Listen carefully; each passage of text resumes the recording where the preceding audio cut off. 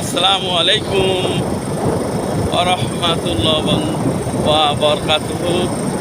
বন্ধুগণ, আপনাদের দেখেছি একটা পাট ক্ষেত, খুব সুন্দর পাট হয়েছে। এখানে অনেক পাট এখানে বনেছে। এই যে আছে একটা লিচু বাগান, এই যে দেখেন একটা লিচু বাগান, কাঁঠাল গাছ, সুন্দর কাঁঠাল গাছ, অনেক কাঁঠাল হয়েছে। এই যে অনেক কাঁঠাল হয়েছে, অনেক অনেক।